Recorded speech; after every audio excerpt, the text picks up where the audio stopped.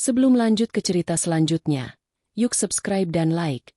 Absen dulu di kolom komen ya ah. Bunyi klik pelan dari tetikus di tanganku terasa seperti satu-satunya suara di bilik kerjaku yang remang.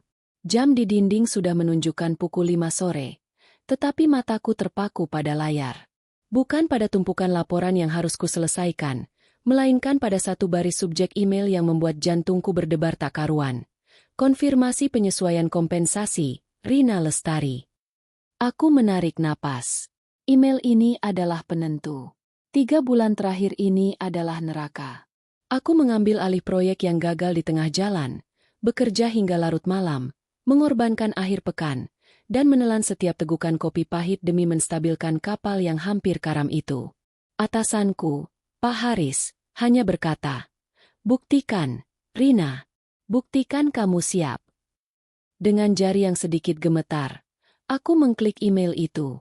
Isinya didominasi bahasa korporat yang kaku, sehubungan dengan evaluasi kinerja kuartal ini, apresiasi atas dedikasi luar biasa, restrukturisasi peran dan tanggung jawab sebagai manajer senior. Aku melewatkan itu semua. Mataku melompat ke bawah, ke tabel kecil di bagian akhir email. Ke baris bertuliskan, gaji pokok baru. Duniaku seakan berhenti berputar. Aku memelotot. Angka itu. Aku pasti salah baca. Aku menutup mata sejenak, membukanya lagi. Angkanya masih sama. Digitnya tidak berubah. Itu bukan kenaikan gaji biasa. Itu bukan sekadar penyesuaian inflasi. Itu adalah lompatan kuantum. Gaji baruku melonjak drastis. Nyaris 2 kali lipat dari gajiku sebelumnya. Aku merasakan pipiku memanas. Tangan kananku terangkat menutupi mulutku yang ternganga. Ini mengubah segalanya. Pikiranku langsung berlari liar. KPR rumah kami yang rasanya seperti beban abadi. Cicilan mobil. Tabungan dana pendidikan yang selalu kami bicarakan tapi tak pernah benar-benar bisa kami isi. Ibuku di kampung, yang selalu kukirimi uang diam-diam. "Rin? Belum pulang." Suara Susi dari bilik sebelah membuyarkanku. Aku cepat-cepat menutup jendela email itu. Iya, Sus. Ini, filenya lagi di save. Balasku, berusaha membuat suaraku senormal mungkin. Aku tidak bisa menahan senyum kecil yang konyol di wajahku. "Oke, duluan ya." "Iya, hati-hati." Setelah kantor benar-benar sepi, aku membuka email itu lagi. Membacanya sekali lagi. Ini nyata.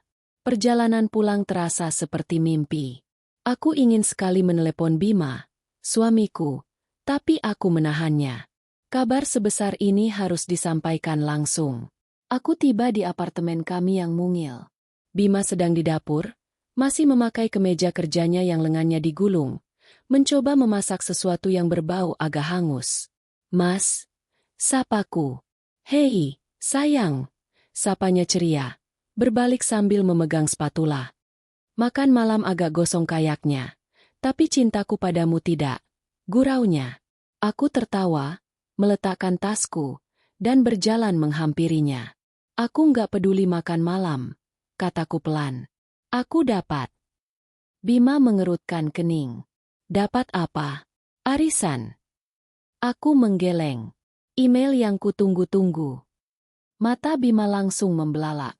Dia meletakkan spatula itu. "Promosinya? Diterima." Aku mengangguk. Senyumku akhirnya merekah lebar. "Diterima. Efektif bulan depan." "Syukurlah. Akhirnya. Selamat, sayang." Dia memelukku erat, mengangkatku sedikit dari lantai. "Aku tahu kamu bisa. Aku bangga banget." "Ada lagi," bisikku di telinganya. "Apa?" Aku mundur sedikit dan menunjukkan layar ponselku yang sudah membuka email tadi. Bima mengambil ponselku. Dia membacanya. Diam. Lalu dia membacanya lagi. "Rin, ini serius." Aku mengangguk lagi. "Ya Tuhan!" teriaknya. Teriakan itu begitu keras hingga aku yakin tetangga sebelah bisa mendengarnya. Dia mengangkatku dan memutarku di dapur sempit kami. "Kita kaya, Rin. Kita kaya." Bukan kaya, Mas, aku tertawa. Tapi kita bisa bernapas. Akhirnya, malam itu, kami membatalkan rencana makan malam gosong dan memesan martabak spesial langganan kami. Kami duduk di lantai ruang tamu, di atas karpet tipis, memetakan masa depan baru kami di antara remahan kacang dan coklat. Oke, aku hitung, kataku, membuka aplikasi kalkulator di ponsel. Kalau kita tetap hidup kayak sekarang, nggak nambah pengeluaran aneh-aneh, sisa uangnya bisa kita pecah. 30% buat lunasin KPR lebih cepat. Bayangin, Mas, rumah itu bisa lunas 7 tahun lebih awal. Mata Bima berbinar. 7 tahun. Dan kita bisa mulai isi tabungan dana pendidikan. Serius. Buat anak kita nanti. Dan investasi, tambahku. Reksadana. Dan aku mau naikin uang bulanan buat ibuku. Bima mengangguk setuju. Pasti. Ibuku juga kita tambahin. Mereka harus ikut senang. Kami terus bicara, penuh semangat dan harapan. Sampai akhirnya, Bima berkata, aku harus telepon ibu sekarang. Beliau pasti senang banget dengar kabar ini. Dia sudah mengambil ponselnya saat senyum di wajahku sedikit memudar. Tunggu, Mas, kataku. Bima berhenti. Kenapa, sayang? Ini kan kabar baik. Iya, aku tahu. Aku ragu sejenak. Tapi, apa kita perlu kasih tahu semuanya? Kening Bima berkerut. Semuanya gimana? Ya kita kasih tahu kamu naik jabatan jadi manajer senior. Terus gajinya naik. Gimana kalau kita bilang aku naik jabatan aja? Usulku hati-hati. Kita bilang aja aku dapat promosi. Nggak usah sebut angkanya. Bima menatapku. Bingung. Loh? Kenapa? Biar ibu ikut bangga. Rin. Selama ini kan beliau tahu kamu kerja keras. Aku tahu, Mas. Tapi aku mencari kata-kata yang tepat. Ibumu dan Sinta mereka, kau tahu sendiri kan. Aku cuma nggak mau, ini jadi rumit. Bima tertawa kecil.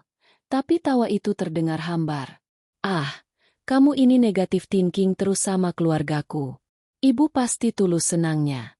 Sinta juga. Nggak akan rumit. Aku cuma waspada, kataku pelan.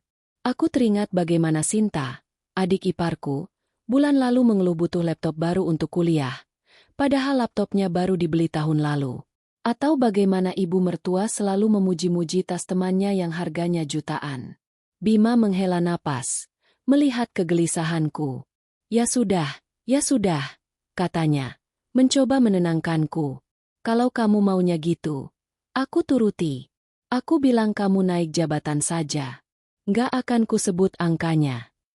Dia tersenyum dan mencium keningku. Jangan biarin kekhawatiranmu merusak malam ini. Ini hari besar kita. Aku memaksakan senyum. Iya, Mas. Maaf.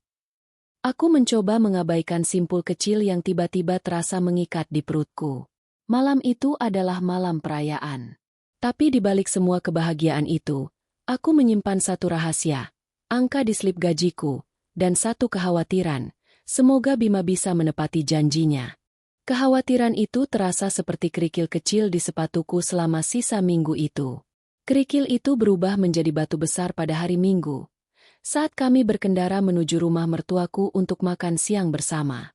Itu adalah tradisi 2 mingguan. Mas, ingat ya, kataku sambil merapikan blusku di dalam mobil. Cukup bilang aku manajer senior. Oke. Bima menepuk pahaku. Iya, sayang, iya. Aku ingat. Tenang saja. Dia tersenyum, tetapi matanya tidak bisa menyembunyikan getaran antisipasi. Suamiku adalah pria yang baik, tapi dia sangat buruk dalam menyimpan kabar baik. Dia bangga padaku, dan dia ingin seluruh dunia mengetahuinya, terutama ibunya. Aroma opor ayam yang kaya menyambut kami begitu pintu dibuka oleh Sinta. Mbak Rina, Mas Bima, pekiknya, memeluk kami bergantian. Matanya langsung tertuju pada jam tangan pintar baru yang melingkar di pergelangan tangan Bima. Hadiah kecil yang kami beli dari bonus lamaku, bukan dari gaji baru. Wah, jam baru, Mas? Keren banget. Hadiah dari Mbak Emu, kata Bima sambil mengedipkan sebelah matanya. Asyik, Mbak Rina emang paling top. Sinta menatapku dengan mata berbinar. Aku juga lagi pengen jam kayak gitu, Mbak, yang warnanya rose gold. Aku hanya tersenyum tipis. Nanti ya, Sin, kalau ada rezeki lagi. Duduk, duduk. Makanannya sudah siap. Suara ibu mertua terdengar dari ruang makan.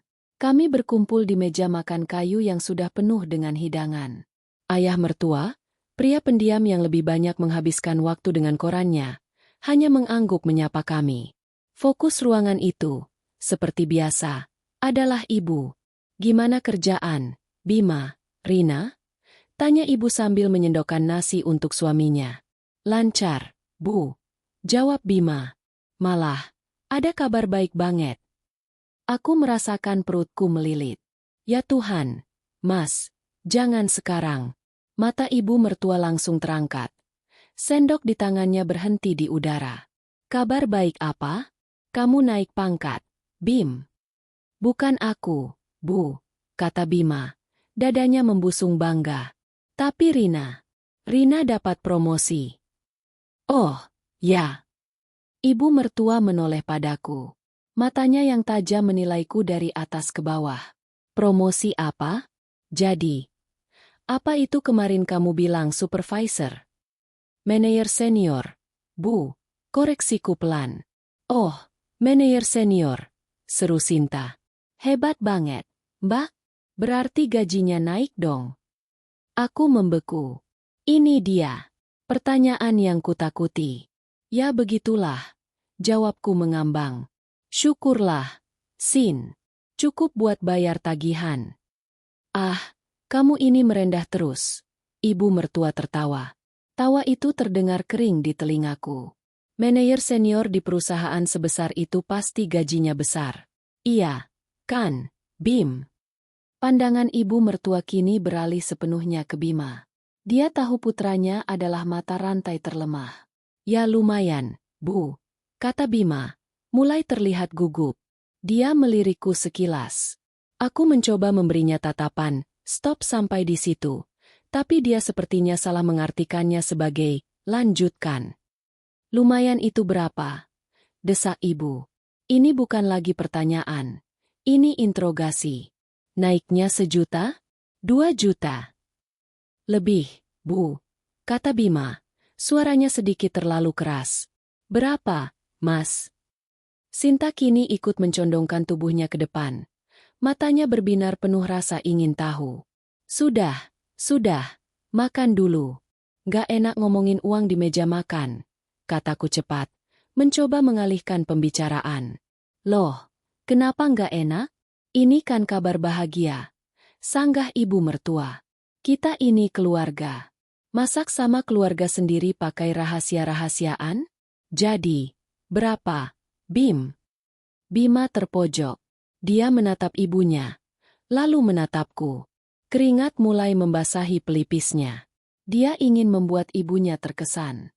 Dia ingin membuatku bangga. Dan dia tidak bisa menahan diri. Pokoknya naiknya besar banget, Bu, katanya.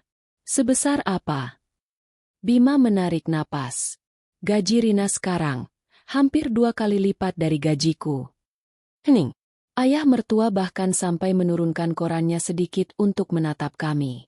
Sinta menutup mulutnya dengan kedua tangan, tapi matanya membelalak kaget. Ibu mertua membeku selama sepersekian detik. Lalu, wajahnya perlahan-lahan berubah. Seperti pagi hari di mana kabut tebal perlahan terangkat, digantikan oleh sinar matahari yang menyilaukan. 2 kali lipat gaji Bima? Ulang ibu pelan, seakan mencerna informasi itu. Ya Tuhan, Rina. Tiba-tiba, dia berdiri, berjalan memutari meja, dan memelukku erat. Pelukan itu terasa kaku dan canggung. Selamat, Enduk. Ya Allah, ibu bangga sekali sama kamu. Punya menantu hebat begini, katanya. Suaranya terdengar sangat manis. Terlalu manis. Makasih, Bu, kataku kaku. Sinta, ambilkan pudingnya di kulkas. Kita harus rayakan ini, seru ibu mertua. Gila. Selamat, Mbak. Sinta ikut memelukku sekilas sebelum berlari ke dapur. Selama sisa makan siang itu, suasananya berubah total. Pujian mengalir deras untukku. Ibu mertua terus-menerus memuji masakanku, padahal aku tidak masak, pakaianku, padahal ini blus lama, dan betapa pintarnya Bima memilih istri sepertiku. Setiap pujian itu terasa seperti paku kecil yang menusuk kulitku. Aku melirik Bima. Dia tampak sangat lega dan bahagia, tersenyum lebar melihat keluarganya, ikut bahagia, bersamaku. Dia sama sekali tidak menyadari apa yang baru saja dia lakukan. Dia tidak melihat sorot mata Sinta saat kembali dari dapur. Sorot mata yang bukan lagi sekadar ingin tahu, tapi penuh perhitungan. Dia tidak merasakan bagaimana cara ibu mertua menepuk-nepuk punggung tanganku, seolah-olah dia baru saja menemukan tambang emas. Dalam hati, aku tahu, kerikil di sepatuku tadi sudah hilang. Berganti dengan sebuah bom waktu yang baru saja diaktifkan Bima. Dan aku hanya bisa duduk diam, mendengarkan detik jamnya yang mulai berdetak di tengah riuh rendah pujian palsu itu. 3 hari berlalu dalam ketenangan yang menipu. Itu adalah hari Rabu malam. Aku baru saja selesai mandi air hangat, mencoba mengendurkan otot-otot kaku setelah rapat maraton seharian. Pekerjaan baruku memang menjanjikan, tapi tuntutannya juga berlipat ganda. Aku keluar dari kamar mandi dengan handuk melilit kepala, mengenakan daster katun paling nyaman yang kupunya. Bima sedang di ruang tamu, kakinya terangkat ke meja kopi, asyik menonton pertandingan sepak bola di televisi. Aroma mie instan kuah yang baru saja dimasaknya samar-samar tercium. Ini adalah ritual malam kami. Lelah, lapar, dan mencari kedamaian sederhana sebelum tidur. Mau, sayang? Tanyanya tanpa menoleh, menunjuk mangkuk mie-nya. Enggak, Mas. Aku. Ucapanku terpotong oleh bunyi bel apartemen yang melengking. Bima dan aku saling pandang. Jam sudah menunjukkan pukul 8:30 malam. Terlalu larut untuk tamu. Kami tidak sedang memesan apa-apa. Siapa, ya? Gumam Bima, menurunkan kakinya. Nggak tahu. Temanmu. Nggak ada yang bilang mau mampir. Bel berbunyi lagi. Kali ini lebih tidak sabar. Ya sudah, aku buka, kata Bima sambil bangkit. Aku mengikutinya ke pintu. Penasaran. Bima membuka kunci dan menarik pintu. Di depan pintu, berdiri ibu mertua dan Sinta. Keduanya tersenyum lebar, menenteng tas jinjing yang sepertinya cukup besar. Ibu? Sinta. Bima terdengar sangat kaget. Bima. Rina. Sapa ibu mertua. Suaranya ceria seolah ini adalah hal paling wajar di dunia. Tanpa menunggu dipersilakan, beliau melangkah masuk, mendorong Bima pelan ke samping. Sinta mengekor di belakangnya. Maaf ya, malam-malam. Tadi kami habis dari mal dekat sini. Cari diskon. Terus ibu pikir, mampir sajalah. Kangen sama kalian, kata ibu. Matanya berkeliling menilai apartemen kami yang mungil dan agak berantakan. Oh ya, Bu. Silakan, kataku, berusaha menyembunyikan keterkejutanku dan fakta bahwa aku hanya memakai daster. Aku bisa merasakan rambutku yang basah menetes ke bahu. Maaf, Bu, berantakan. Kami baru pulang kerja. Nggak apa-apa. Ibu mertua tertawa, melambaikan tangannya. Namanya juga rumah anak muda. Duduk di mana ini? Di situ, Bu. Bima menunjuk sofa. Bima dan aku duduk di kursi kecil, sementara ibu mertua dan Sinta mengambil alih sofa utama. Keheningan canggung langsung menyelimuti ruangan, hanya terpecah oleh suara komentator sepak bola yang dikecilkan Bima. Habis mandi ya, Rin? Tanya ibu, matanya menatap dasterku. Pasti capek sekali kerja jadi manajer. Lumayan, Bu. Jawabku singkat. Bima, ambilkan minum buat ibu dan Sinta. Nggak usah repot-repot, cegah ibu. Tapi Bima sudah telanjur bangkit. Kami nggak lama, kok. Sinta, yang sedari tadi diam sambil memainkan ponselnya, tiba-tiba berkata, "Apartemen Mbak Rina sama Mas Bima kok nggak ganti-ganti, sih? Sempit." Aku tersentak. "Sinta," tegur Bima dari dapur. "Loh, kan benar, Mas. Sekarang kan Mbak Rina gajinya sudah besar. Harusnya pindah, dong. Beli rumah yang di Pondok Indah itu. Temanku ada yang tinggal di sana. Rumahnya besar-besar." Celoteh Sinta. Anak ini. Ibu mertua mencubit pelan lengan Sinta, tapi beliau tersenyum. "Benar juga sih, Rin. Kalian harus mulai pikirkan pindah ke tempat yang lebih layak, sesuai dengan statusmu sekarang." "Kami masih nyaman di sini, Bu," kataku, berusaha tersenyum. "KPR rumah yang kami cicil juga belum lunas." "Justru itu." Ibu mertua mencondongkan tubuhnya. "Itu yang mau ibu bicarakan." Jantungku berdebar sedikit lebih cepat. "Ini dia." Bima kembali membawa nampan berisi 3 gelas sirup jeruk. "Tadi di mal," ibu mertua memulai, mengabaikan sirup yang diletakkan Bima di meja. "Ibu lihat-lihat harga barang. Ya Tuhan, semua serba mahal sekarang, ya." Bima mengangguk. "Iya, Bu. Beras naik." "Bukan cuma beras. Semuanya. Uang sekolah Sinta ini. Aduh, rasanya kepala ibu mau pecah. Belum lagi buku-bukunya. Terus uang transportasi. Kamu tahu sendiri bapakmu pensiunannya seberapa. Uang bulanan dari kamu, Bim, ya cukup buat makan saja." Ibu mertua menghela napas panjang dan dramatis. Ibu ini kasihan sekali sama Sinta. Dia itu pintar, Rin. Tapi kalau fasilitasnya nggak menunjang, ya bagaimana mau bersaing? Aku tetap diam. Aku tahu kemana arah pembicaraan ini. "Iya, Mbak." Sinta menimpali, seolah diberi isyarat. "Tugas kuliahku sekarang berat-berat. Butuh riset pakai aplikasi desain yang canggih. Laptopku yang lama ini sudah nggak kuat. Ngelek terus. Malu-maluin kalau presentasi di depan dosen." "Laptopmu kan baru tahun lalu, Sin," kata Bima pelan, duduk di sebelahku. "Itu kan laptop biasa, Mas. Yang aku butuh ini laptop gaming sekalian. Yang speknya dewa. Biar lancar jaya." Rengek Sinta. Aku memejamkan mata sejenak. "Laptop gaming. Kasihan adikmu, Bim," kata ibu mertua lagi. Suaranya kini melembut, penuh nada iba. "Dia cuma minta penunjang sekolah. Coba kamu bayangkan kalau dia bisa lulus cum laude. Kan yang bangga kita juga? Kamu sebagai kakak, dan Rina sebagai kakak ipar. Apalagi Rina sekarang alhamdulillah, rezekinya lagi berlebih." Ibu mertua menatapku lurus-lurus. Senyumnya lembut, tapi matanya tajam. "Membantu keluarga itu kan membuka pintu rezeki, Rin. Apalagi ini buat pendidikan." Aku bisa merasakan Bima gelisah di sebelahku. Dia jelas merasa tidak nyaman. "Kami." Aku berdeham, mencari suara. "Kami pasti akan bantu, Bu. Seperti biasa." "Biasa?" Ibu mertua mengangkat alisnya. "Rin, gajimu sekarang sudah tidak biasa. Masa bantu adiknya sendiri masih pakai cara biasa?"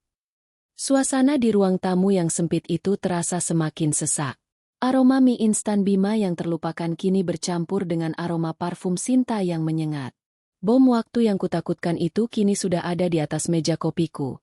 Berdetak semakin kencang, dibawa langsung oleh 2 orang yang kini menatapku penuh harap. Kata-kata ibu mertua, "Masa bantu adiknya sendiri masih pakai cara biasa?" Terngiang di udara, menusuk dan penuh tuntutan. Ruangan itu terasa menyusut. Aku melirik Bima. Dia tampak pucat, bibirnya terkatup rapat. Dia tidak menyangka ibunya akan sefrontal ini. Aku menarik napas, mencoba menjaga suaraku tetap tenang. "Maksud ibu, cara tidak biasa, itu seperti apa?" Ibu mertua tersenyum, seolah dia baru saja menungguku menanyakan itu. Dia membenarkan posisi duduknya, menjadi lebih tegak. "Begini, Rina, sayang," katanya. Nada suaranya berubah menjadi sangat manis, seolah dia sedang menjelaskan resep masakan. "Ibu sudah pikirkan ini. Kamu dan Bima itu anak-anak yang baik. Dan Sinta ini kan satu-satunya adik kalian. Tanggung jawab kalian juga, kan? Kami tahu, Bu. Potong Bima. Suaranya serak. Selama ini kan Bima juga bantu Sinta. Bantu uang jajan. Setelah ibu mertua cepat. Senyumnya sedikit memudar. Itu beda, Bim. Ini ibu bicara soal masa depan. Pendidikan Sinta itu nomor 1. Jadi, ibu pikir, wajar dong kalau sekarang Rina yang ambil alih. Ambil alih apa, Bu? Tanyaku, meskipun hatiku sudah tahu jawabannya. Biaya kuliah Sinta. Jawab ibu telak. Semuanya. Dari uang semesteran, uang buku, uang praktikum, sampai lulus. Mulai sekarang, Rina yang bayar. Kan gaji kamu besar, Rin. Daripada buat lunasin KPR cepat-cepat. Mending investasi di pendidikan adik sendiri. Pahalanya lebih besar. Aku menelan ludah. Uang kuliah Sinta itu tidak sedikit, Bu. Justru itu. Karena tidak sedikit. Makanya ibu minta tolong kamu.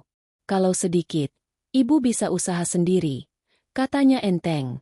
Sinta, yang dari tadi pura-pura sibuk dengan ponselnya, kini mendongak. Iya, Mbak. Biar aku bisa fokus kuliah. Nggak pusing mikirin biaya. Kan enak kalau aku sukses. Nanti Mbak Rina juga yang dihormati. Aku menatap Sinta. Dia mengatakannya tanpa rasa bersalah sedikit pun. Seolah itu adalah haknya yang paling wajar. Jadi, lanjut Sinta, meletakkan ponselnya. Selain laptop gaming yang tadi, aku juga sebenarnya butuh banget ponsel baru. Bima mengerang pelan di sebelahku. Sin, ponselmu itu masih bagus. Bagus apanya? Mas, ini lihat. Sinta mengacungkan ponselnya yang casingnya memang sedikit retak di ujung. Kameranya sudah buram. Teman-temanku semua pakai iPhone terbaru. Buat apa? Buat networking. Buat update tugas. Buat prestige. Buat prestige. Ulangku, tidak percaya dengan apa yang kudengar. Iya, Mbak. Mbak Rina kan manajer senior. Masa iya? Adik iparnya pakai ponsel butut begini? Malu-maluin Mbak Rina juga. Kan? Nanti teman-temanku bilang apa? Kakak iparnya manajer. Tapi adiknya nggak diurus. Jadi, aku pikir. Sinta tersenyum manis padaku. Mbak Rina belikan aku iPhone 15 Pro Max, ya? Yang warna terbaru. Sekalian buat hadiah promosi Mbak. Hehe. Aku terdiam. Benar-benar terdiam. Ini bukan lagi permintaan. Ini penodongan. Mereka datang ke rumahku, malam-malam, saat aku masih memakai daster, dan menodongku dengan daftar belanjaan yang harganya puluhan juta rupiah. Jadi, sudah dicatat ya, Rin? Suara ibu mertua membuyarkan lamunanku. Beliau berbicara seolah kami baru saja menyetujui kesepakatan bisnis. Catat apa, Bu? Tanyaku. Suaraku nyaris berbisik. 1. Biaya kuliah Sinta sampai lulus. Lunas ditanggung kamu. 2. Laptop gaming spek dewa. Belikan minggu ini ya. Biar Sinta bisa cepat kerjakan tugas. 3. iPhone 15 Pro Max. Ibu mertua melirik Sinta. Yang 512 giga ya, Sin. Biar sekalian. Jangan nanggung-nanggung. Asyik. Makasih, Bu. Sinta memekik senang. Dan ibu mertua menambahkan, seolah permintaan tadi belum cukup. Uang bulanan buat ibu juga dinaikkan. Ya, masa manajer senior kasih ke mertua sama kayak Bima? Ibu malu sama teman-teman arisan. Aku merasakan kepalaku pening. Sirup jeruk di meja sama sekali tidak tersentuh. Mangkuk mie instan Bima sudah dingin. Suara pertandingan sepak bola di televisi terdengar seperti dengungan dari dunia lain. Aku menatap Bima. Dia menunduk, menatap lantai. Tangannya terkepal di pangkuannya. Dia marah. Aku tahu. Tapi dia juga tidak berdaya di hadapan ibunya. Dia tidak mengatakan apa-apa. Tidak ada pembelaan. Tidak ada, tunggu dulu, Bu. Dia hanya diam. Dan dalam keheningan suamiku itu, aku sadar. Aku sendirian. Ibu mertua dan Sinta menatapku dengan penuh harap. Mata mereka berbinar, seolah-olah aku adalah Sinterklas yang siap mengabulkan semua keinginan mereka.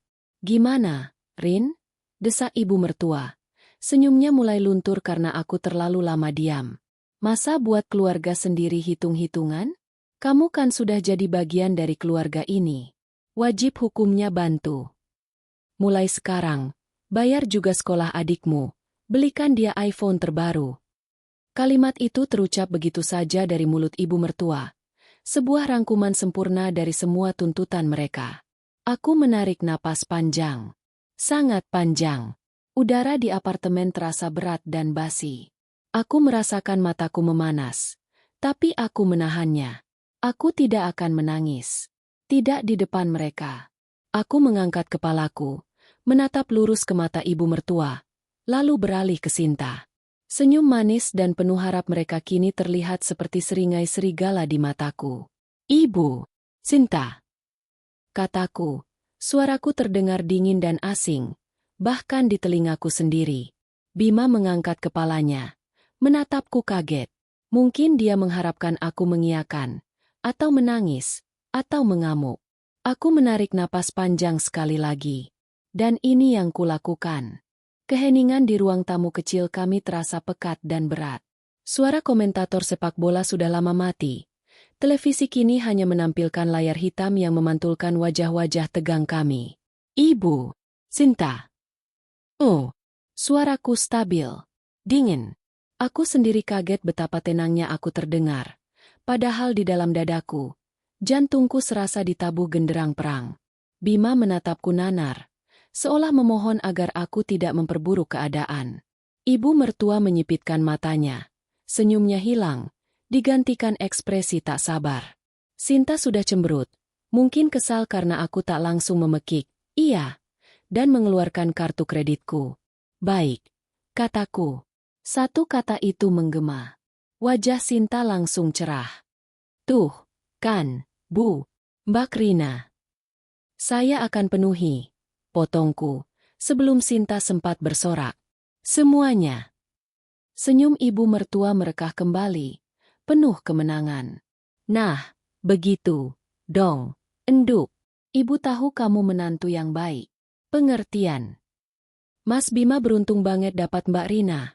Timpal Sinta, sudah mengambil ponselnya lagi, mungkin untuk mencari casing iPhone barunya.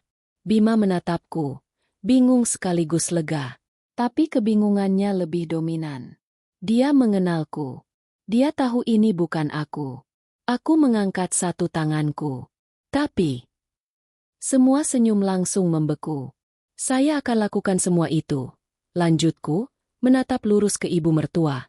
Tapi, tentu saja, ada syaratnya. Syarat? Suara ibu mertua meninggi satu oktav. Pakai syarat segala? Sama keluarga sendiri. Justru karena kita keluarga, Bu, semuanya harus jelas, kataku tenang. Aku beralih menatap Sinta, yang kini menatapku sebal. Syarat pertama. Untuk Sinta. Soal laptop gaming dan iPhone 15 Pro Max. Aku berhenti sejenak, membiarkan Sinta menikmati bayangannya. Saya akan belikan. Tunai, minggu ini. Mata Sinta membelalak senang. Tapi, lanjutku, saya bukan membelikan. Saya meminjamkan uangnya. Besok pagi, saya akan siapkan surat perjanjian utang piutang di atas 2 lembar materai. Satu untuk saya, satu untuk Sinta. Wajah Sinta langsung pucat. Utang? Maksud, Mbak. Maksud saya, Sinta akan berutang uang itu pada saya. Tanpa bunga. Saya beri keringanan. Sinta bisa mulai mencicilnya 1 bulan setelah Sinta lulus kuliah dan mendapatkan pekerjaan. Sinta bilang, laptop dan ponsel itu untuk investasi pendidikan dan prestigi agar sukses, kan? Kalau kamu yakin itu akan sukses, kamu pasti yakin bisa membayarnya kembali. Anggap ini pelajaran pertama tentang tanggung jawab finansial. Orang sukses tidak minta-minta. Sin. Mereka bertanggung jawab. Tapi, Mbak. Sinta tergagap. menatap ibunya minta tolong. "Rina, apa-apaan kamu ini? Bikin malu keluarga," seru ibu mertua, wajahnya memerah. Aku mengabaikannya dan melanjutkan. "Syarat kedua, masih untuk Sinta. Soal biaya kuliah." Aku menatap ibu mertua. "Ibu bilang ini untuk pendidikan, kan?" "Saya setuju. Pendidikan itu penting. Mulai semester depan, saya yang akan bayar. Tapi, aku mengangkat jariku lagi. Saya akan bayar langsung ke rekening universitas. Tagihan resmi dari kampus. Silakan kirim ke email saya. Saya tidak akan mentransfer 1 rupiah pun ke rekening ibu atau Sinta untuk biaya kuliah." "Loh, terus uang buku? Uang praktikum?" protes ibu mertua. "Untuk buku, saya akan carikan e-book gratis. Kalau tidak ada, saya belikan versi bekas yang layak pakai. Kalau terpaksa harus baru, kirimkan daftar bukunya. Saya yang akan pesan online. Untuk praktikum, selama ada tagihan resmi dari lab atau kampus, saya bayar. Uang jajan, uang fotokopi, uang nongkrong, itu bukan tanggungan saya." "Mbak Rina jahat," pekik Sinta. Matanya mulai berkaca-kaca. "Teman-temanku nggak ada yang diginiin." "Kalau begitu, silakan minta teman-temanmu yang bayar," balasku dingin. Syarat ketiga. Kini aku menatap ibu mertua sepenuhnya. "Soal uang bulanan ibu. Tadi ibu bilang, malu sama teman arisan kalau uang bulanan dari manajer senior sama dengan Bima." "Saya setuju." Wajah ibu mertua sedikit melunak. Mungkin berpikir dia menang di 1 poin ini. "Mulai bulan depan, saya akan naikkan uang bulanan untuk ibu. Jumlahnya akan saya samakan persis dengan jumlah yang setiap bulan saya kirim untuk ibu saya sendiri di kampung." Aku menyebutkan sebuah angka.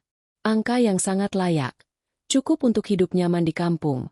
Tapi jelas jauh dari cukup untuk membiayai gaya hidup arisan ibu mertua di kota.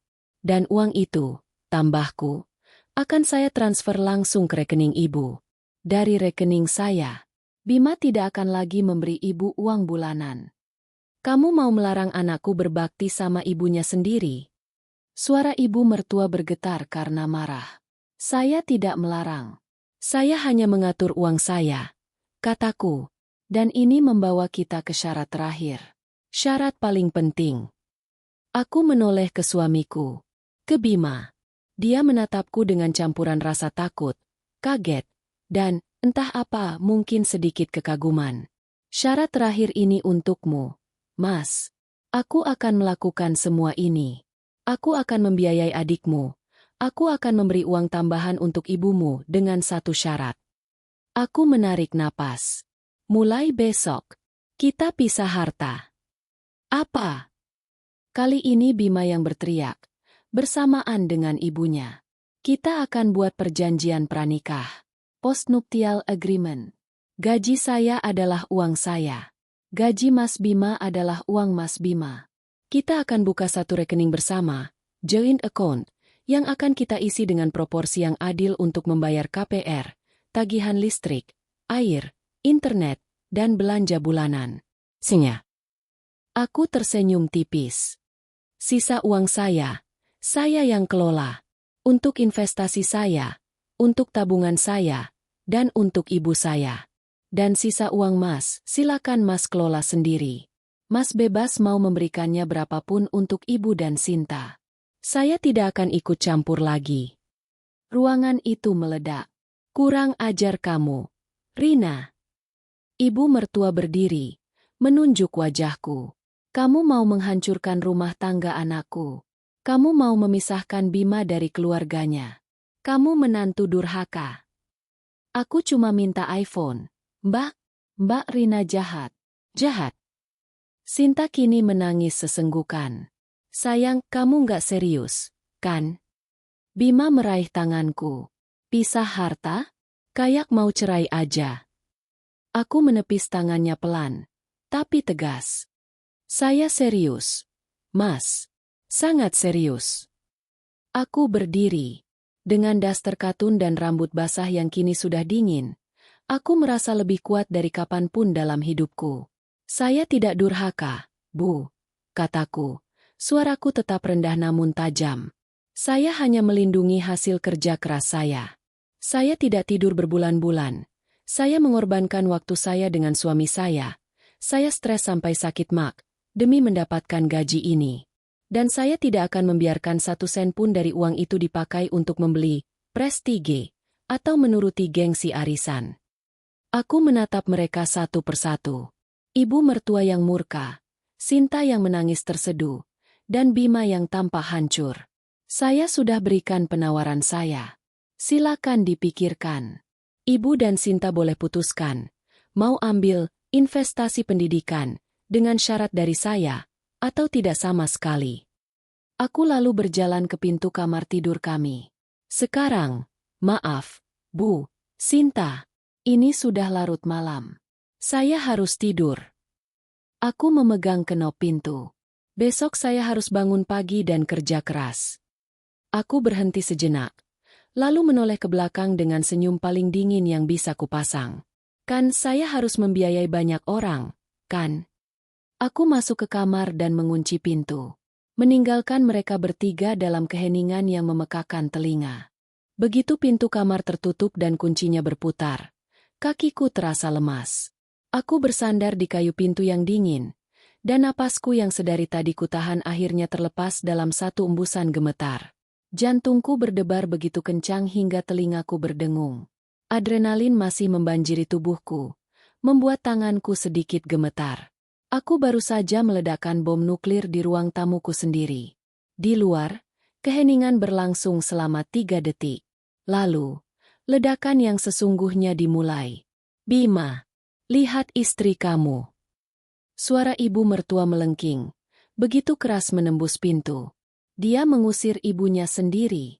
Dia menghina keluargamu. Kamu diam saja?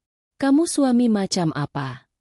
Aku memejamkan mata, menekan telingaku ke pintu. Aku harus mendengar ini. Aku harus tahu di mana suamiku berdiri. Bu, sudah. Bu, jangan teriak-teriak. Malu didengar tetangga. Suara Bima terdengar parau. Lelah. Malu. Harusnya dia yang malu. Istri durhaka. Sombong. Baru jadi manajer sudah lupa diri. Kamu itu sudah dicuci otaknya. Bim. Dia mau memisahkan kamu dari keluargamu. Mbak Rina jahat banget. Mas Bima. Sinta ikut menangis. Suaranya dibuat-buat agar terdengar semakin menyedihkan. Aku kan cuma minta tolong kakakku sendiri. Masak dibilang utang? Masak aku disuruh cari buku bekas? Apa kata teman-temanku nanti? Mas Bima, beliin aku aja ya, Mas? Ya, Mas kan kakakku. Diam, Sinta. Bentakan Bima begitu keras dan tiba-tiba, hingga aku sendiri terlonjak kaget di balik pintu. Aku belum pernah mendengar Bima semarah ini. Di luar langsung hening. Tangisan Sinta berhenti seketika. Aku mendengar suara Bima menarik napas berat. Terdengar seperti isak tangis yang tertahan. Kalian gak sadar juga. Suara Bima bergetar. Kalian gak lihat apa yang barusan kalian lakukan? Kalian datang malam-malam ke rumah orang, menodong istriku seperti dia itu mesin ATM. Kalian minta laptop gaming, iPhone terbaru, biaya kuliah penuh, tambahan uang bulanan. Kalian dengar diri kalian sendiri, gak? Bima, kamu berani bentak ibu? Suara ibu mertua kini terdengar kaget, tapi masih marah. Ibu ini minta hak. Hak Sinta sebagai adik. Hak ibu sebagai ibumu. Hak apa, Bu? Hak untuk morotin kakak iparnya. Balas Bima tajam. Rina itu kerja, Bu. Banting tulang. Dia pulang malam setiap hari. Dia stres sampai sakit. Dan begitu dia dapat hasil, ibu dan Sinta datang mau menggerogotinya sampai habis? Di mana otak kalian? Jadi kamu lebih bela dia daripada ibumu sendiri? Ini bukan soal bela siapa, teriak Bima lagi. Ini soal kewajaran. Apa yang ibu dan Sinta minta itu nggak wajar. Sama sekali nggak wajar. Apa ibu nggak kasihan sama Rina? Apa ibu nggak kasihan sama aku, suaminya, yang gajinya nggak seberapa ini? Ibu sudah bikin istriku memandangku rendah. Dia yang bikin kamu rendah, Bim. Dia mau pisah harta. Dia mau cerai sama kamu. Dia mau melindungi dirinya sendiri, potong Bima. Dan aku yang gagal melindungi dia dari kalian. Aku yang salah. Aku yang dari awal bocorkan gajinya. Aku yang terlalu bodoh mengira kalian bakal tulus ikut senang. Keheningan total. Kali ini, keheningan itu terasa berat oleh rasa malu. Aku mendengar suara tas diambil dengan kasar. Baik. Suara ibu mertua terdengar dingin dan penuh racun. Ibu pulang. Ibu tahu sekarang. Kamu sudah bukan anak ibu lagi. Kamu sudah jadi budak istri. Bu, bukan gitu. Ayo, Sinta, kita pulang. Gak ada gunanya kita di sini. Biar saja kakakmu itu jadi kacung istrinya yang kaya raya. Jangan harap ibu mau injakan kaki lagi di apartemen sempit ini. Jangan harap. Aku mendengar langkah kaki Sinta yang tergopoh-gopoh. Mas Bima, laptopku. Pulang. Pintu depan dibanting. Sangat keras. Getarannya terasa sampai ke pintu kamar tidur tempatku bersandar. Lelzi. Sunyi yang paling memekakan yang pernah kurasakan. Aku masih diam di balik pintu. Aku tidak tahu harus berbuat apa. Keluar? Tetap di dalam? Aku mendengar suara gelas diletakkan dengan keras di atas meja. Lalu suara Bima mengumpat pelan. Lalu suara langkah kaki mondar-mandir di ruang tamu. Berhenti. Mondar-mandir lagi. Dia sedang berpikir. Dia sedang marah. Marah pada ibunya? Marah padaku? Marah pada dirinya sendiri? Jantungku masih berdebar. Tapi bukan karena adrenalin lagi. Sekarang karena takut. Aku sudah memenangkan pertempuran melawan mertua dan iparku. Tapi perang yang sesungguhnya, perang dengan suamiku, baru akan dimulai. Menit-menit berlalu. 5 menit. 10 menit. Suara mondar-mandir itu berhenti. Aku menahan napas. Tok, tok, tok. Ketukan pelan di pintu kamar. Rin. Suara Bima terdengar hancur. Rina. Buka pintunya. Tolong. Aku menelan ludah. Tanganku yang gemetar perlahan bergerak ke arah kunci. Ini adalah momen penentu. Apa yang akan terjadi setelah aku membuka pintu ini? Perlahan. Aku memutar kuncinya. Bunyi klik pelan itu terdengar seperti lonceng dimulainya ronde baru. Aku menarik pintu hingga terbuka. Bima berdiri di depanku. Matanya merah dan bengkak. Wajahnya pucat dan tampak lebih tua 10 tahun. Dia menatapku, bukan dengan marah, tapi dengan tatapan yang begitu terluka dan bingung. Di belakangnya, aku bisa melihat ruang tamu kami.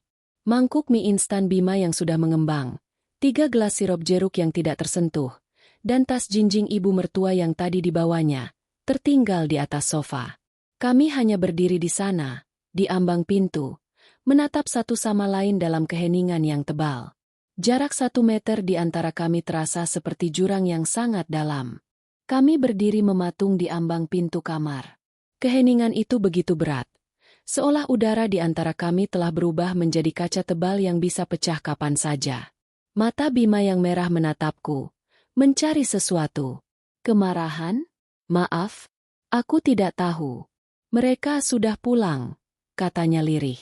Itu adalah hal paling jelas di dunia. Tapi hanya itu yang bisa dia ucapkan. Aku mengangguk. Aku tidak melangkah keluar. Juga tidak menyuruhnya masuk. Aku hanya berdiri di sana, membiarkan pintu yang terbuka menjadi garis demarkasi kami. Bima mengusap wajahnya dengan kedua tangan. Dia terlihat kalah. Rin. Maaf. Bisiknya. Suaranya pecah. Aku minta maaf. Aku benar-benar minta maaf. Itu adalah kata-kata yang ingin ku dengar. Tapi malam ini, kata, maaf, terasa begitu murah. Maaf untuk apa, Mas? Tanyaku. Suaraku masih dingin, tapi getaran di dalamnya mulai terdengar. Maaf karena sudah membocorkan gajiku. Padahal aku sudah minta jangan. Maaf karena sudah membiarkan ibu dan adikmu datang malam-malam menodongku. Atau maaf karena Mas diam saja waktu Sinta minta iPhone untuk Prestige. Setiap pertanyaanku seperti tamparan kecil. Bima tersentak. Semuanya. Katanya cepat. Maaf untuk semuanya. Aku nggak nyangka ibu bakal sejauh itu. Aku bodoh. Aku cuma bangga sama kamu, Rin. Aku mau ibu juga bangga sama kamu. Bangga. Aku tertawa kecil. Tawa yang sinis. Yang mereka lihat bukan kehebatanku, Mas. Yang mereka lihat adalah dompet berjalan. Dan kamu yang membukakan dompet itu untuk mereka. Aku tahu. Bima maju selangkah. Suaranya naik. Aku tahu aku salah. Tadi aku sudah bela kamu, kan? Aku usir mereka. Aku bentak Sinta. Aku bentak ibu. Belum pernah aku kayak gitu seumur hidupku. Terus, aku harus kasih kamu piala. Balasku ketus. Kamu baru membela aku setelah aku membela diriku sendiri. Mas, kamu baru teriak setelah aku mengunci pintu. Di mana kamu waktu ibu bilang aku wajib hukumnya membiayai mereka? Di mana kamu waktu Sinta menagih iPhone? Kamu menunduk. Bima terdiam. Kata-kataku menusuk tepat di harga dirinya. Aku bingung. Rin, itu ibuku. Katanya lemah. Dan aku istrimu. Balasku. Yang gajinya tiba-tiba jadi milik umum. Kami kembali terdiam. Bima menatap kekacauan di ruang tamu. Gelas-gelas sirup yang tidak tersentuh. Mangkuk mie yang tergeletak. Tas jinjing ibunya yang tertinggal. Dia berjalan pelan dan duduk di sofa. Kepalanya terkulai di antara kedua tangannya. Kamu serius soal yang tadi? Tanyanya pelan, tanpa menatapku. Soal pisah harta. Aku berjalan keluar dari kamar, mematikan televisi yang masih menyala tanpa suara. Aku tidak duduk di sampingnya. Aku duduk di kursi kecil di seberangnya. Menjaga jarak. Sangat serius. Jawabku. Bima mengangkat kepalanya. Matanya penuh keputusasaan. Itu kan seperti kita mau cerai, Rin. Kenapa kamu tega? Setelah apa yang barusan terjadi? Setelah aku memilih kamu.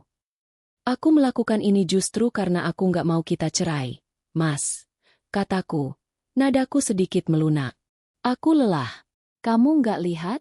Masalahnya akan terus terulang. Malam ini ibu pulang sambil marah. Minggu depan. Beliau akan telepon kamu. Nangis-nangis. Bilang kamu anak durhaka. Bilang ibu sakit hati. Bilang ibu butuh uang untuk berobat. Dan kamu akan goyah. Karena kamu anak yang baik. Aku mencondongkan tubuhku. Kamu akan datang padaku. Minta pengertian, sedikit saja. Kamu akan bilang, kasihan ibu, Rin. Cuma bulan ini. Dan aku akan bilang tidak. Kita akan bertengkar. Terus-menerus. Sampai akhirnya kita saling benci. Sampai akhirnya kamu benci aku karena dianggap pelit. Dan aku benci kamu karena kamu nggak bisa tegas. Bima menatapku. Tertegun. Aku baru saja memetakan masa depan rumah tangga kami yang suram dengan akurat. Aku nggak mau hidup kayak gitu, Mas. Lanjutku. Pisah harta ini bukan untuk memisahkan kita. Ini untuk melindungi kita. Melindungi pernikahan kita dari kewajiban-kewajiban tak masuk akal itu. Gimana caranya? Tanyanya bingung. Caranya gampang. Mulai bulan depan, gaji kita masuk rekening masing-masing. Kita buat satu rekening bersama.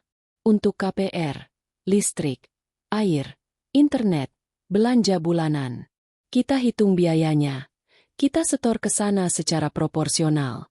Gaji Mas lebih kecil. Mas setor 40%. Gajiku lebih besar. Aku setor 60%. Adil. Aku menarik napas. Sisanya, uangku adalah uangku. Uang Mas adalah uang Mas. Aku mau pakai uangku untuk investasi, untuk dana darurat, untuk ibuku di kampung, itu hakku. Dan kamu. Aku menatapnya lekat.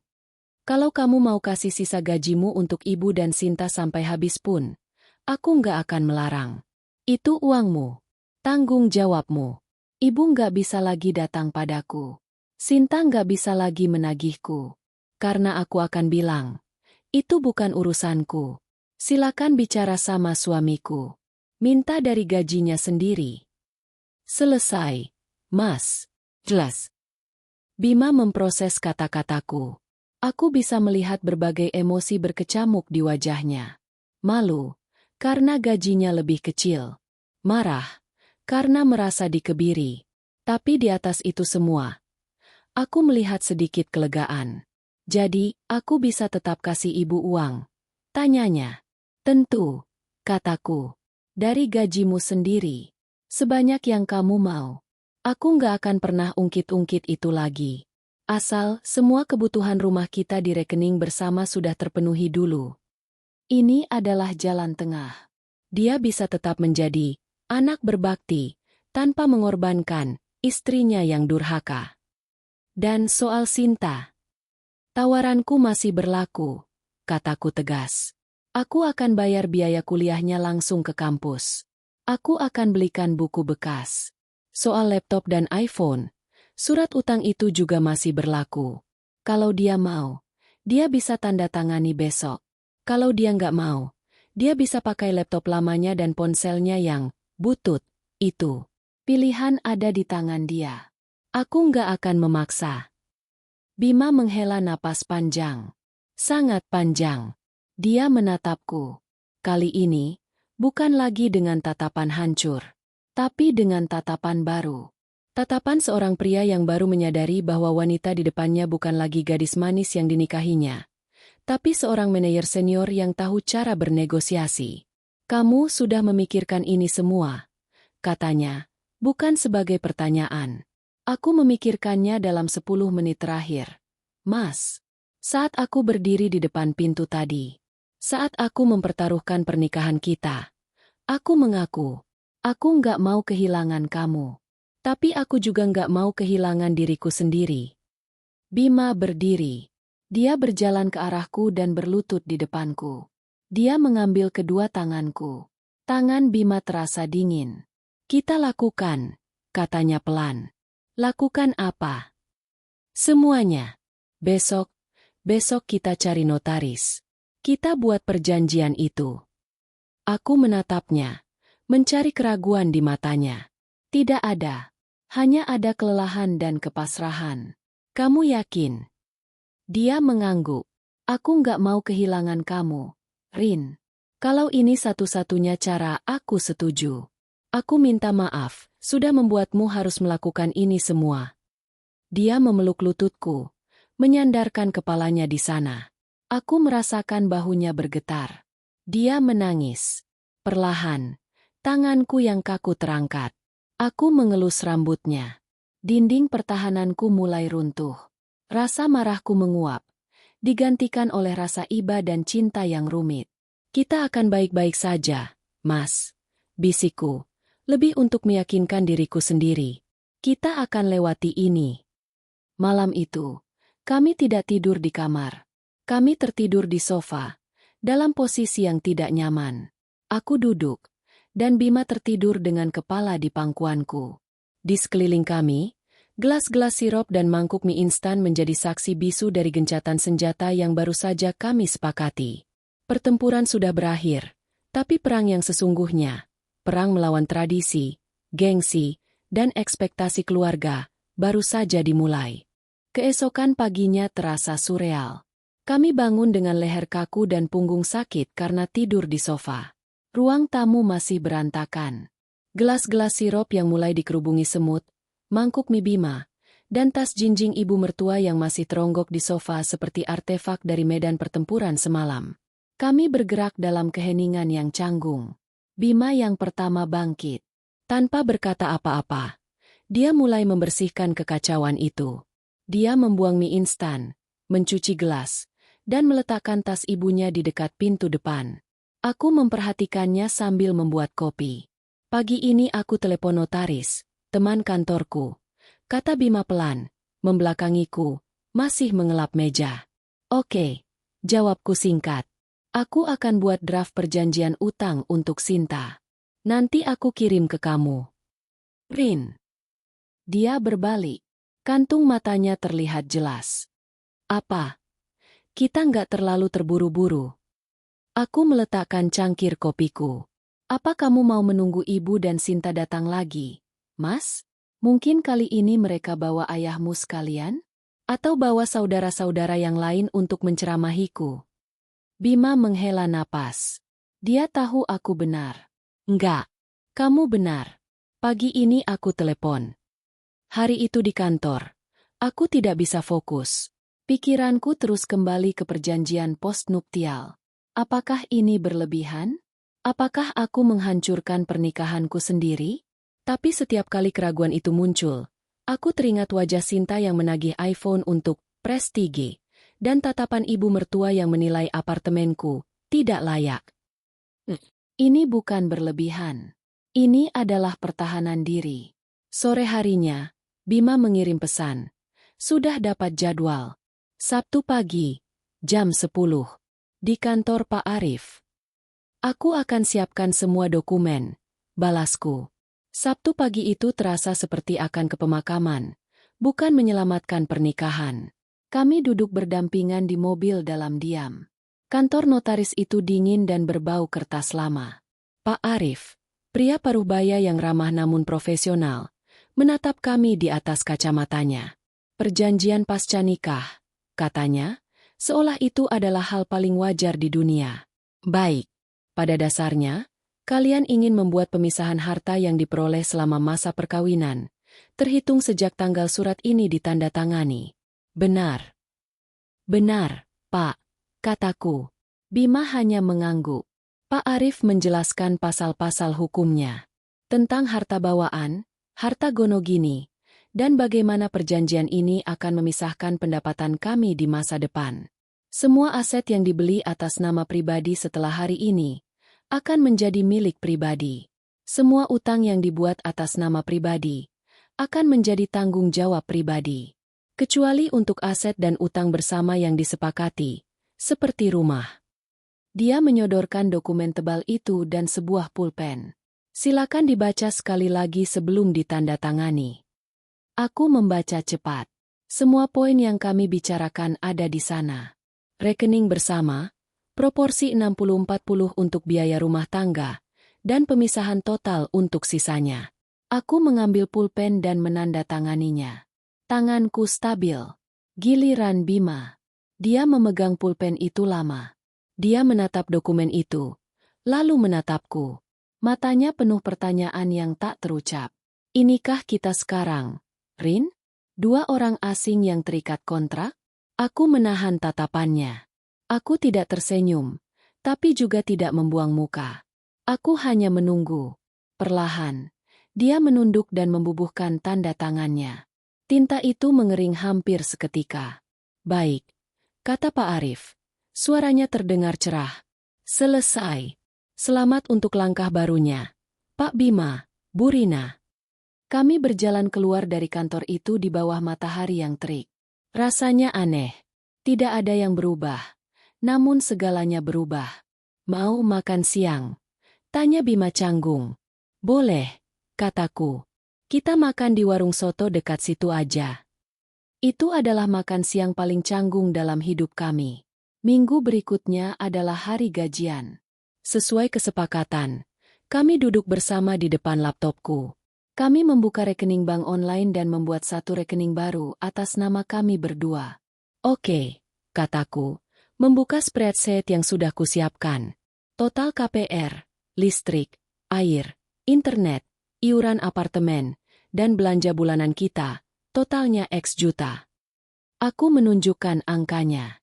Gajiku sekarang Y gaji Mas Z proporsinya. Aku setor 60% dari X, Mas setor 40%. Gajiku nggak cukup, Rin, kata Bima pelan, nyaris tak terdengar. Aku menatapnya. Maksudmu? 40% dari X itu, ditambah uang yang biasa aku kasih ke ibu, gajiku nggak cukup. Dia menunduk. Ini adalah pukulan telak bagi harga dirinya. Aku tahu. Aku diam sejenak. Ini adalah ujian pertama. Berapa yang biasa Mas kasih ke ibu? Dia menyebutkan angkanya. Aku menghitung cepat. Kalau Mas kurangi uang bulanan Ibu setengahnya, cukup. Setengahnya. Bima menatapku ngeri. Ibu bisa mengamuk. Itu pilihanmu, Mas, kataku, berusaha menjaga suaraku tetap netral. Atau, aku bisa menaikkan proporsiku jadi 70% dan Mas 30%. Tapi sisa uangmu tetap harus kamu bagi antara ibumu dan kebutuhan pribadimu. Enggak, katanya cepat. Jangan. 60-40. Biar adil. Dia menghela napas. Biar aku yang bicara sama ibu. Malam itu, aku mendengarnya menelepon ibunya di balkon. Aku tidak bisa mendengar jelas, tapi nada suaranya terdengar memohon, lalu pasrah. Maaf, Bu, bulan ini Bima cuma bisa kirim segini. Iya, Bu, kebutuhannya banyak. Gaji Rina itu urusan dia, Bu. Bima cuma bisa kasih segini. Maaf, Bu. Dia kembali masuk ke kamar dengan wajah lelah. Dia tidak mengatakan apa-apa, hanya merebahkan diri di tempat tidur dan langsung memunggungiku. Sementara itu, Sinta. Setelah 3 hari, rehat saja. Dia akhirnya membalas pesanku. Mbak Rina serius nyuruh aku utang? Aku ini adiknya Mas Bima. Loh, keluarga sendiri. Tega banget. Aku mengetik balasan dengan tenang. Tawaranku masih berlaku. Sin. Aku nggak maksa. Kalau kamu nggak mau, nggak apa-apa. Tapi jangan minta lagi. Untuk tagihan kuliah, info C-nya ditunggu. 5 menit kemudian, sebuah PDF masuk ke emailku. Tagihan uang kuliah semester. Tanpa kata pengantar. Tanpa terima kasih. Aku tersenyum tipis. Aku membuka internet bankingku dan langsung membayar tagihan itu ke rekening universitas. Lalu aku mengirimkan bukti bayarnya ke Sinta. Sudah lunas. Fokus belajar. Balasku. Tidak ada balasan lagi. Kehidupan baru kami telah dimulai. Kami hidup seperti 2 rekan kerja yang mengelola sebuah proyek bernama rumah tangga. Semuanya rapi di atas kertas. Semuanya adil secara finansial. Tapi di malam hari, tempat tidur kami terasa jauh lebih lebar dan lebih dingin dari sebelumnya.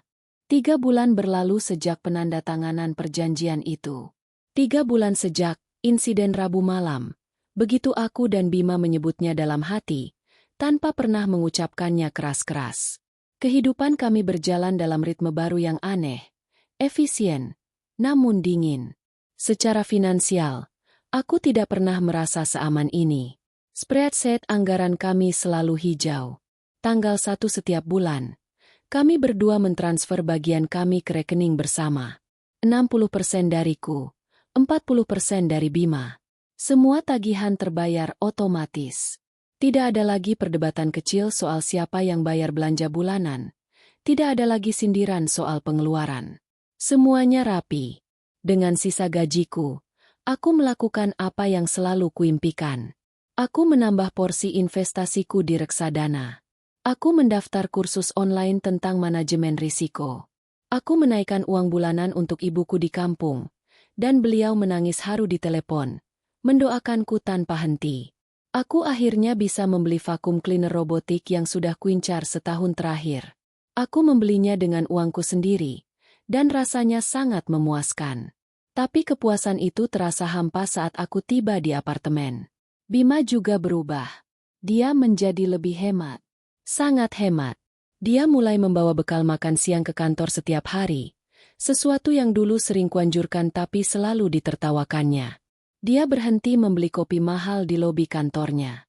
Dia tidak lagi impulsif membeli game baru di akhir pekan. Awalnya, aku pikir ini hal yang bagus. Dia belajar bertanggung jawab. Sampai suatu sore aku melihatnya sedang menatap layar ponselnya di balkon. Dia sedang melihat-lihat jaket di sebuah toko online. Jaket yang sudah lama dia inginkan. Dia melihatnya lama, menambahkannya ke keranjang, lalu menghapusnya lagi. Dia menghela napas, mengantongi ponselnya, dan masuk ke dalam. Hatiku mencelos. Dulu, jika dia menginginkan sesuatu seperti itu, kami akan mendiskusikannya. Nabung yuk, Mas, buat jaket itu. Mungkin aku akan berkata begitu.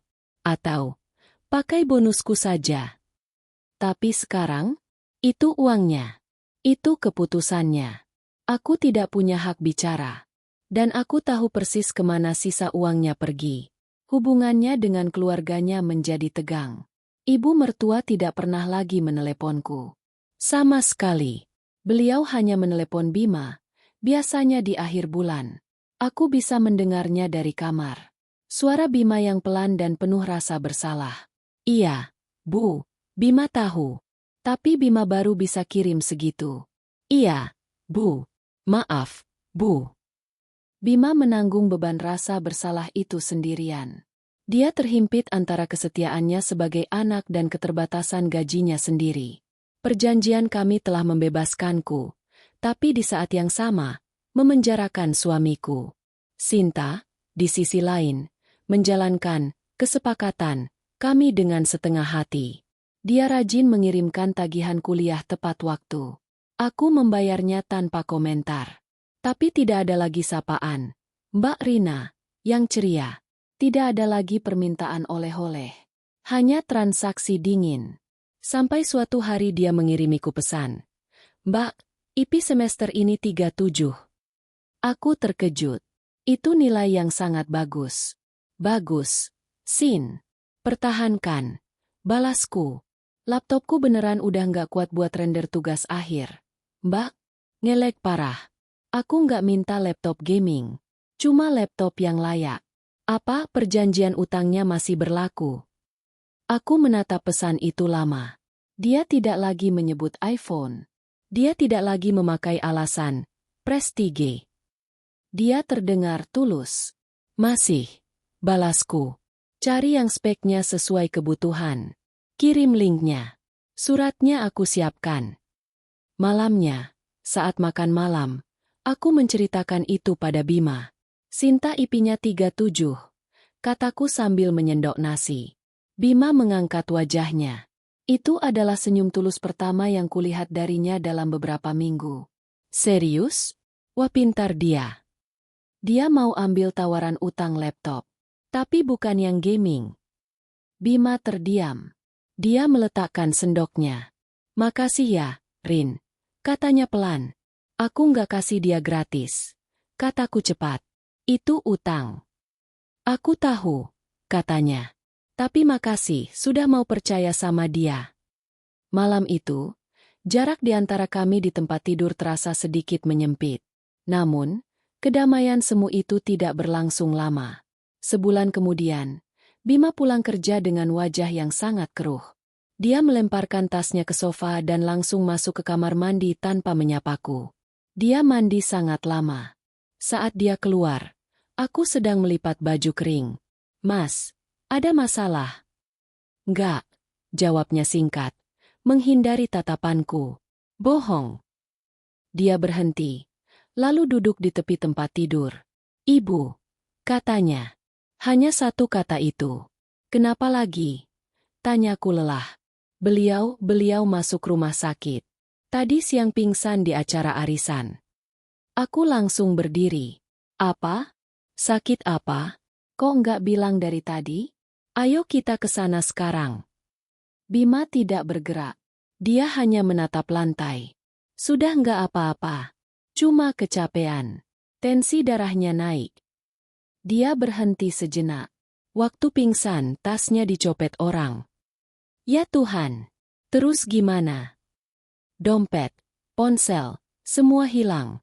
Tapi bukan itu masalahnya. Bima akhirnya menatapku. Matanya penuh ketakutan.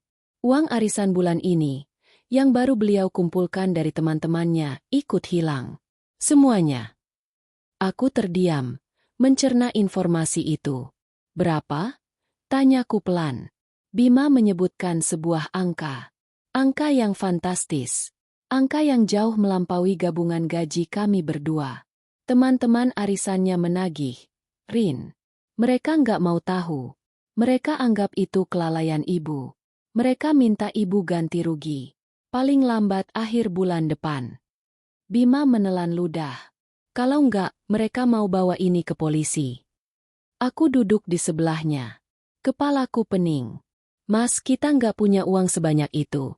Bisikku. Aku tahu. Jawabnya putus asa. Dana darurat kita nggak akan cukup. Tabungan investasiku juga nggak. Aku sudah hitung. Gaji kita berdua, dikumpulkan utuh selama 6 bulan ke depan pun, nggak akan cukup. Dia menatapku. Tatapan yang sama seperti malam itu di kantor notaris. Tatapan yang membuatku merasa seperti orang asing. Tapi, kamu punya, katanya pelan.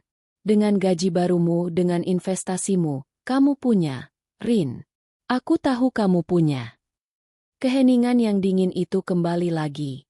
Perjanjian di atas kertas, spreadsheet yang rapi, rekening yang terpisah. Semua itu terasa konyol di hadapan kenyataan pahit ini. Tolong, Rin, bisiknya. Kali ini saja. Tolong selamatkan ibuku. Permintaan Bima menggantung di udara kamar tidur kami yang dingin. Tolong selamatkan ibuku. Kali ini, suaranya tidak menuntut. Tidak ada nada hak seperti yang sering kudengar dari ibu atau Sinta. Yang ada hanya keputusasaan murni. Dia tidak lagi memintaku sebagai istri yang gajinya besar.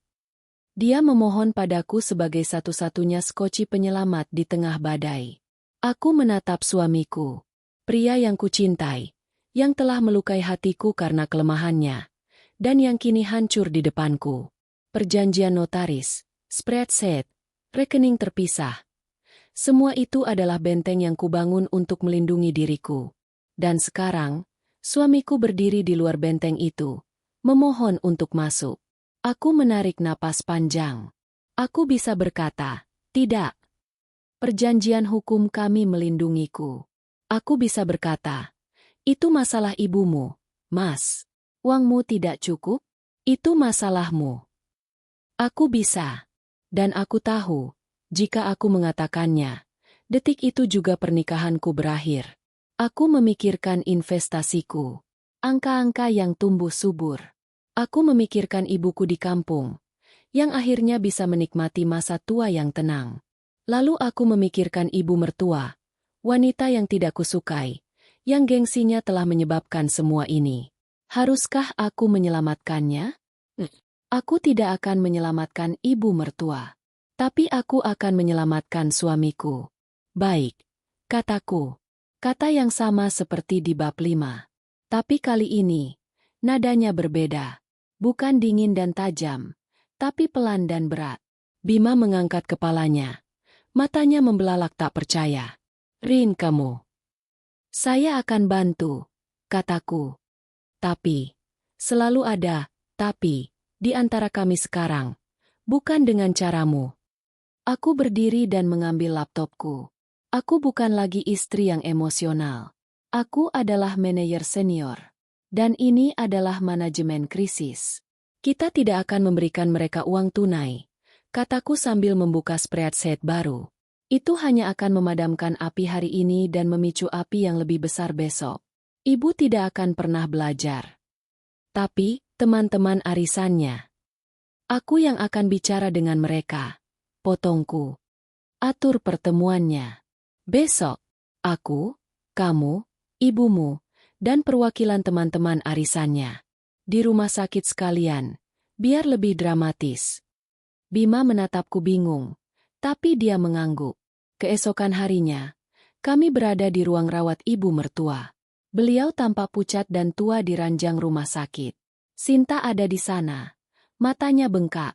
3 orang ibu-ibu perwakilan arisan duduk kaku di sofa. Wajah mereka masam. Saya Rina, menantu ibu. Kataku membuka pembicaraan. Suaraku tenang dan profesional. Saya sudah mendengar masalahnya. Atas nama keluarga, saya minta maaf atas musibah ini. Ibu-ibu itu mulai menggerutu. Maaf, nggak akan mengembalikan uang kami. Saya tahu, kataku. Dan uang itu akan kembali.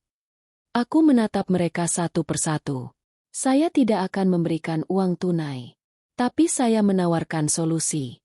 Suami saya, Bima, dan saya, memiliki KPR rumah. Aku menoleh ke ibu mertua, yang menatapku ngeri. Kami akan melakukan refinancing atas KPR itu untuk mendapatkan dana tunai guna menutupi utang ibu. Tapi, pinjaman itu akan diatasnamakan ibu, dengan jaminan sertifikat rumah orang tua kalian. Ayah mertua, yang duduk diam di sudut, tersentak. Ini bukan hukuman, kataku pelan, menatap ibu mertua. Ini adalah konsekuensi. Ibu harus bertanggung jawab. Ibu akan mencicil pinjaman itu setiap bulan kepada kami, dari uang pensiun ayah dan dari uang bulanan yang kami berikan. Ibu tidak akan lagi ikut arisan. Sama sekali. Setidaknya sampai pinjaman ini lunas. Kamu mau menyita rumah kami. Bisik ibu mertua, ngeri. Saya mau menyelamatkan rumah kalian dari disita bank atau orang lain. Balasku. Ini satu-satunya cara. Saya memberikan kalian jalan keluar yang terstruktur. Silakan putuskan. Keheningan yang panjang. Ayah mertua akhirnya angkat bicara. Kami setuju, katanya tegas. Ibu mertua menangis dalam diam. Kepada ibu-ibu arisan, aku berkata, kalian akan mendapatkan uang kalian dalam 14 hari kerja, setelah proses bank selesai. Saya jaminannya. Mereka pergi dengan perasaan lega. Proses itu memakan waktu 2 minggu. 2 minggu yang menguras emosi. Kami harus ke bank, ke notaris lagi. Perjanjian postnuptial kami tidak berubah. Tapi kini kami memiliki satu proyek bersama yang baru, mengelola utang ibu mertua. 1 tahun kemudian, apartemen kami terasa berbeda. Lebih hangat. Aku baru saja pulang kerja. Bima sudah di rumah, sedang memasak. Kali ini, aromanya harum. Hei, sayang, sapanya, mencium keningku. Masak opor. Tumben, kataku sambil tersenyum. Di atas meja makan, ada sebuah paket. Apa ini? Buka saja. Aku membukanya. Di dalamnya ada jaket kulit yang pernah kulihat di layar ponsel Bima berbulan-bulan lalu. Jaket yang tidak jadi dibelinya. Mas, itu buat kamu, katanya. Bukan buat aku. Loh? Kenapa? Aku dapat promosi, katanya pelan, sedikit malu. Nggak sefantastis kamu. Cuma supervisor. Tapi, gajiku naik.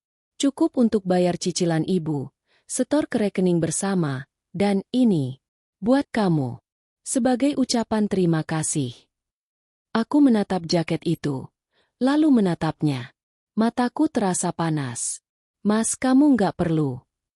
Perlu, Rin. Potongnya. Aku belajar banyak setahun ini.